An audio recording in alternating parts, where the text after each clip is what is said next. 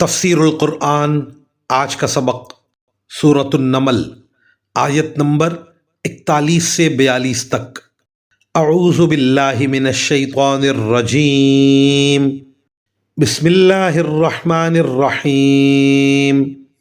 قال نکروا لها عرشها ننظر اتهتدی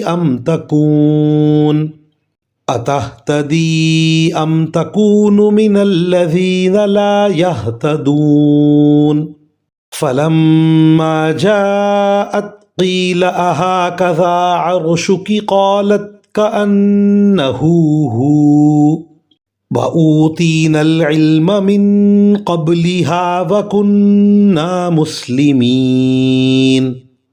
ترجمہ: سلیمان نے اپنے خدام سے کہا کہ اس ملکہ کے تخت کو اس کے لیے اجنبی بنا دو، دیکھیں کہ وہ اسے پہچانتی ہے یا وہ ان لوگوں میں سے ہے جو حقیقت تک نہیں پہنچتے۔ غرض جب وہ آئی تو اس سے پوچھا گیا کیا تمہارا تخت ایسا ہی ہے؟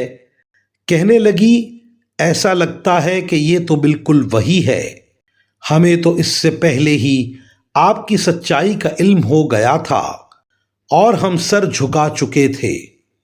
ان آیات کی تفسیر میں مفسرین کرام لکھتے ہیں کہ حضرت سلیمان علیہ السلام نے اپنے خدام کو حکم دیا کہ اس تخت کی شکل ایسی تبدیل کر دو جس کی وجہ سے اسے پہچاننے میں کچھ دقت ہو اور اس ملکہ کی سمجھ کو آزمایا جا سکے۔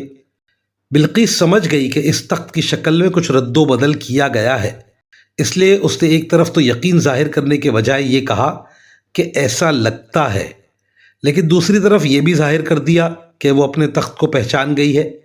مزید ملکہ بلقیس نے حضرت سلیمان علیہ السلام سے کہا کہ مجھے آپ کی سچائی کا یقین کرنے کے لیے یہ معجزہ دیکھنے کی ضرورت نہیں تھی، بلکہ آپ کے ایلچیوں کے ذریعے آپ کے جو حالات مجھے معلوم ہوئے تھے ان کی وجہ سے مجھے پہلے ہی آپ کی سچائی کا علم حاصل ہو گیا تھا اور ہم نے آپ کی تابع داری میں سر جھکانے کا ارادہ کر لیا تھا۔